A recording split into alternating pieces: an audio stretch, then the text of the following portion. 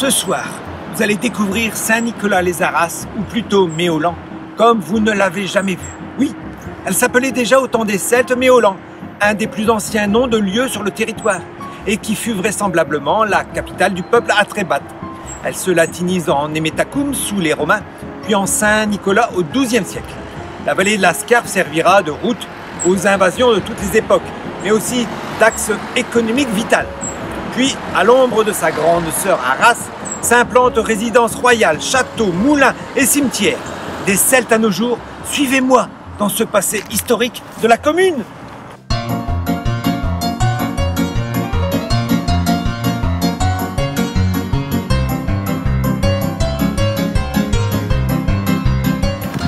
Au 1er siècle, sur votre gauche, se dressait un domaine seigneurial, une exploitation rurale et agricole appelée villae.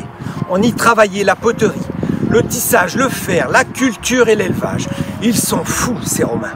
Entre le XVIIe et le XIXe siècle, sur votre droite se trouvaient 2 des 7 moulins à vent du village, dont le moulin Plouvier, ici derrière cette ferme. En 1900, sur ce chemin de Farbu, se situaient les carissages, qui servaient au traitement des cadavres d'animaux. Cet emplacement est devenu stratégique pour l'armée lors de la Grande Guerre, une plateforme logistique avancée, terminus d'une voie ferrée qui achemine troupes, ravitaillements, munitions et matériel divers. Quelle cible pour l'armée allemande!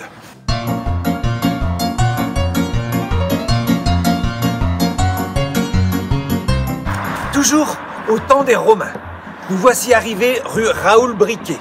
En 1879, une vingtaine de tombes d'un cimetière gallo-romain du IIIe siècle sont découvertes. Malheureusement, de nombreuses autres sépultures avaient déjà été détruites par l'exploitation de la craie utilisée pour la fabrication de la chaux. Vous retrouvez d'ailleurs sur ce mur une indication précieuse, la présence de fours à chaux à Saint-Nicolas-les-Arras. Bon, il s'est refroidi depuis, le four à chaux.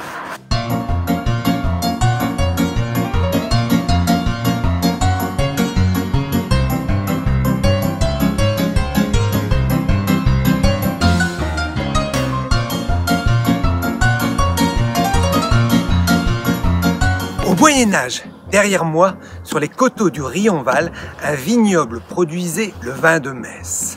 À partir du XVe siècle, c'est l'argile, d'un brun rougeâtre, qui est exploité pour la fabrication des briques. Et pour 100 briques, maintenant, t'as plus rien. Après la Première Guerre mondiale, se dressera un peu plus loin la cité Courtin.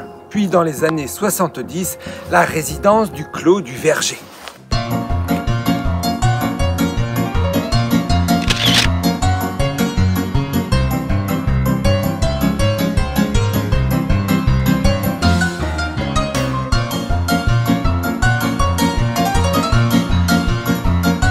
Nous voici arrivés au cœur du village, devant la mairie.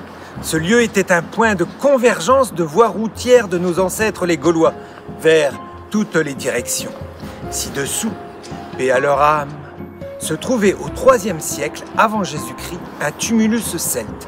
Cette accumulation de terre cache la sépulture de 12 squelettes disposés en cercle. Au Moyen-Âge fut érigée une maladrerie. Oui, vous avez bien compris, un hôpital pour lépreux. Le célèbre trouvère Jean Baudel, digne représentant de la littérature réaliste, y fut soigné, jusqu'à sa mort en 1205. Plus bas, dans la rue au numéro 5, en 1763, se trouvait la première école du village, appelée Saint-Joseph l'Ermite.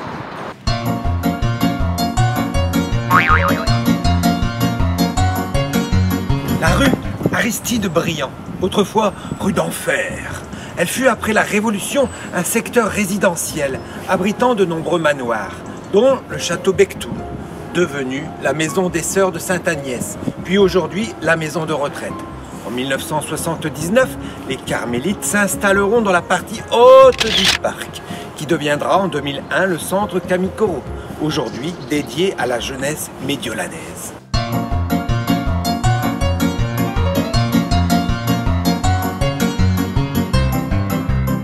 Le lieu dit les Trois Fontaines. Dès le Moyen-Âge, Les cressonnières de Saint-Nicolas-les-Arras sont particulièrement renommées. Le cresson est servi à la table de l'abbé de Saint-Va, qui reçoit des hôtes illustres, comme les rois, les ambassadeurs et les légats apostoliques. Elles s'étendent des Trois Fontaines jusqu'au débouché du Crinchon après la nouvelle passerelle. Ce lieu fut à la fin du XIXe siècle une source d'inspiration pour de nombreux peintres mondialement reconnus. Vous voyez de qui je veux parler?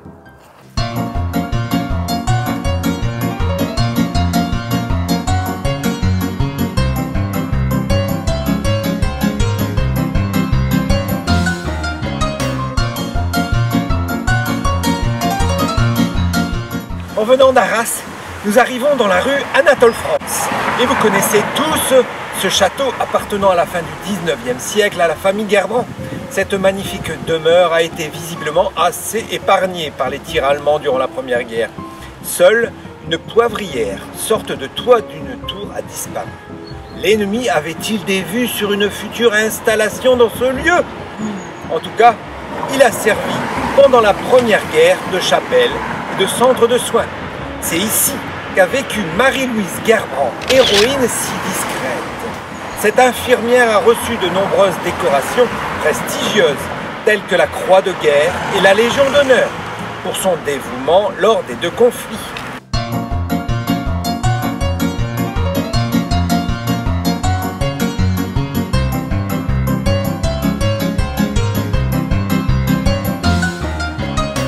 Alors, vous avez trouvé ce peintre célèbre connu pour ses paysages idylliques?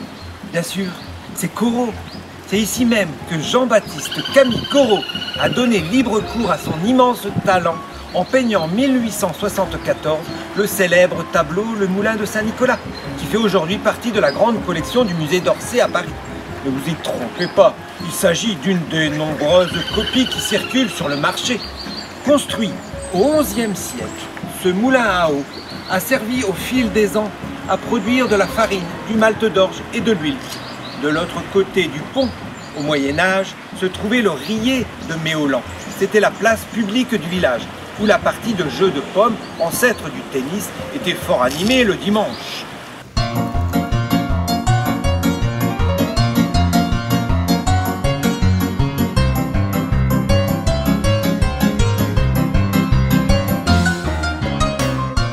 Nous voici arrivés au paradis aux chevaux, dans un calme bucolique. À l'époque gallo-romaine, nous sommes sur le territoire de Méaulan, qui signifie clairière sacrée en latin. À cet endroit se serait trouvé un centre intellectuel et religieux celte appelé Mediolanum, dirigé par des druides, gardiens du savoir et de la sagesse. Au VIe siècle, la légende raconte qu'un moine irlandais, Saint Kilian, aurait fait jaillir dans ce passage une source dont les eaux guérissaient tous les maux. À la fin du XIXe, ici, résidait Paul Bellon, qui accueillait ses amis peintres, Constant Dutilleux, Charles de Savarié, Camille Corot, encore lui. Ce n'est pas pour rien que nos écoles ont été rebaptisées, hein. Tout ce beau monde se retrouvait dès l'été 1862 dans la propriété familiale appelée le Grand Sapin. On voit le seul vestige de cette époque. Il s'agissait du musée de Louis-Gabriel Bellon, mécène, grand collectionneur d'art et père de Paul.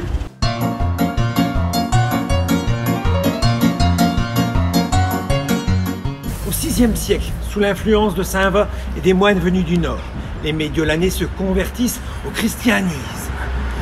En 690 fut implantée la première église entourée de son cimetière. Bon, elle ne ressemblait pas à celle-ci. Détruite plusieurs fois depuis le 7e siècle, elle a été rebâtie sous différentes formes et tailles. À la fin du 19e siècle, son cimetière a été déplacé rue du Timon. Elle a été complètement reconstruite après la Première Guerre mondiale, telle que vous la voyez maintenant. Pour la petite histoire, à la Révolution, ah ça ira, ça ira, ça ira, la cloche, nommée Augustine, a échappé à la fonte. La raison, elle était destinée à informer la population des dangers qui la menaçaient. Elle sera rejointe bien plus tard, en 1977, par la cloche nommée Jeanne Carole.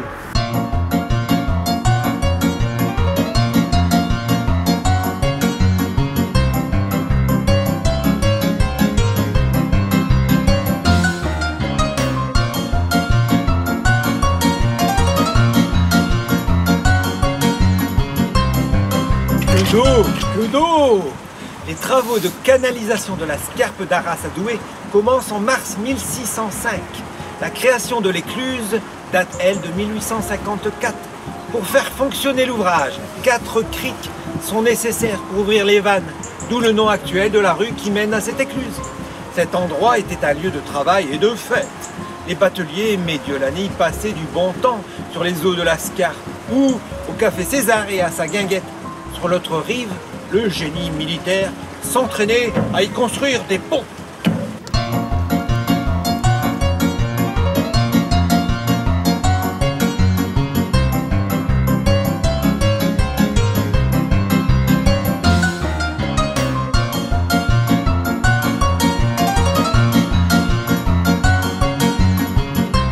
Les écrits anciens nous indiquent que Méolan possède sous les premiers rois francs une résidence royale, ici même.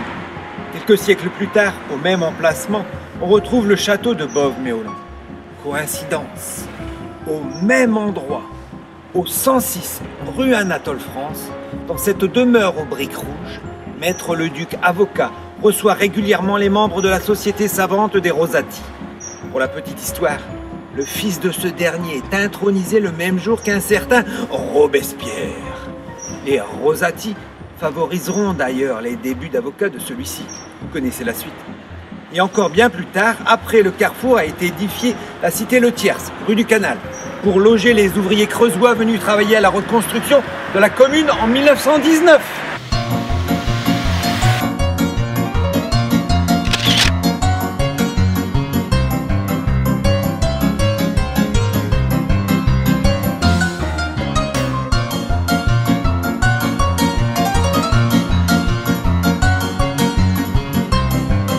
Retournons un peu chez les Romains. Voici arrivés dans l'impasse du Bois. Au 1er siècle se trouvaient des tombes considérées comme aristocratiques, sinon princières, qui remontent à Auguste ou Tibère. Très riche par son contenu, le site de Saint-Nicolas-les-Arras sert toujours de référence dans le monde entier lorsqu'une découverte du 1er siècle est faite. Sur ce lieu était déjà connue l'existence d'un cimetière plus récent, datant de l'époque mérovingienne. Fin du 19e siècle, se situe ici la stéharinerie, la fameuse fabrique à bougies. Cette importante usine, la deuxième de France à l'époque, s'étendait sur plusieurs hectares et employait 350 personnes à la veille de la guerre 14-18. De nombreux habitants de Saint-Nicolas travaillaient sous la direction de M. Ancelin, complètement rasé et incendié par l'artillerie allemande. Il ne subsiste aujourd'hui que d'immenses caves sous les établissements de lit. Je vous le donne en mille, le saint patron des chandeliers, ciriers et huiliers n'est autre que Saint-Nicolas. Là, la passerelle du bois, bois de la bougie bien sûr, symbole de la continuité de ce qui fut la route des nains liétards. Ancien parcours du Paris-Roubaix des années 50-60.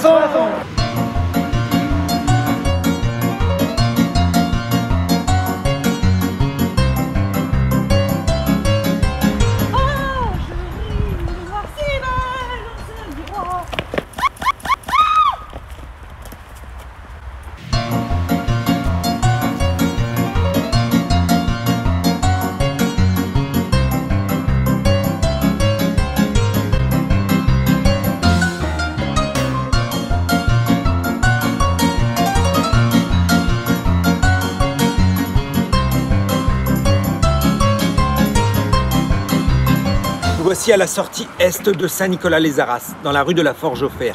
Ici, au 19e siècle, s'érigeait une forge de gros œuvre, non loin d'une huilerie dont la matière première était utilisée pour la fabrication des bougies. Mais cet endroit fut aussi le verrou contre l'avancée allemande. La ligne de front de la Première Guerre mondiale s'y implanta. Elle fut le siège des tranchées françaises de 1914 à 1916, puis des tranchées britanniques de 1916 à 1917. Après ce chaos mondial, un peu plus haut, dans les années 20, la société de chaudronnerie Matot construit un ensemble de pavillons pour son personnel. Le lieu laisse la place, en 1977, à de nouvelles constructions et à l'actuel espace sportif Matot.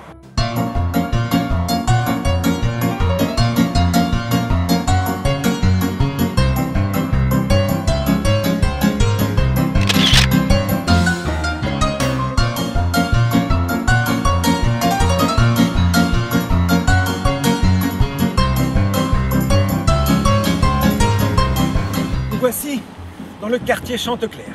Cette partie de la commune était un territoire à vocation agricole jusqu'en 1970.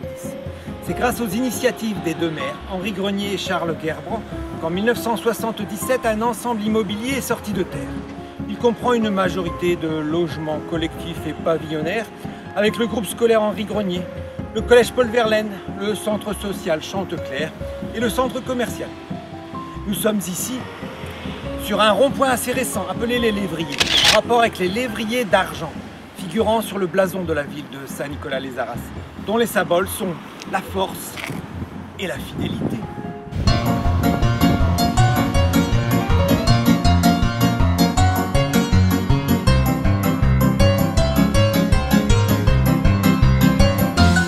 La ville, à travers le temps, a subi les outrages, des sièges, des guerres, des incendies et des épidémies.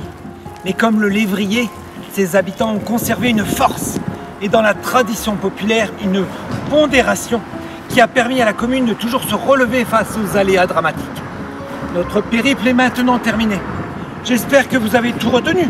Sinon, on refait le parcours en sens inverse. Non, bon, tant pis. Ah, j'allais oublier le plus important. Un ultra célèbre personnage habite encore cette ville. Oui, va le devenir à partir de ce soir. C'est moi. Allez, je vous laisse. Non, pas d'autographe s'il vous plaît. Salut, bonne année.